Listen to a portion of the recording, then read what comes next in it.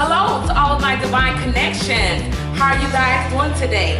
Today's topic is believe, believe, believe. Yes, believe, believe, believe. Okay, it's inspired by Rhonda Burns, one of her quotes from her book.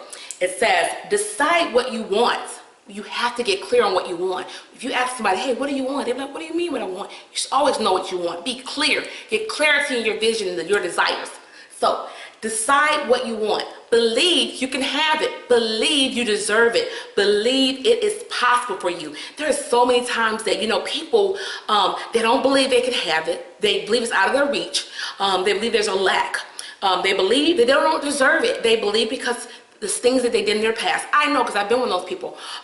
Believe because of something you did in your past or something happened in your life and you don't deserve it, so you won't get it. Believe that it's possible. Well, with man it may be impossible. With God, all things are possible. So I found this and heard it from many people that they're praying, but at the same time, they don't believe they can have it. They don't believe they can deserve it, and they don't think it's possible, but they're praying. You're contradicting yourself. So you have to be consistent and believe that your actions, your words, your thoughts, everything, your emotions, when you speak to your friends and family, you have to say, I believe, I don't know how, and I don't need to know how. That's for God to work out. That's for God to do. It's just all you have to do is to believe and trust. Just a little faith is all you need. So remember, on today, make sure that you believe, no matter what you see, no matter what you're going through. Trust in God. Trust in your higher power, okay?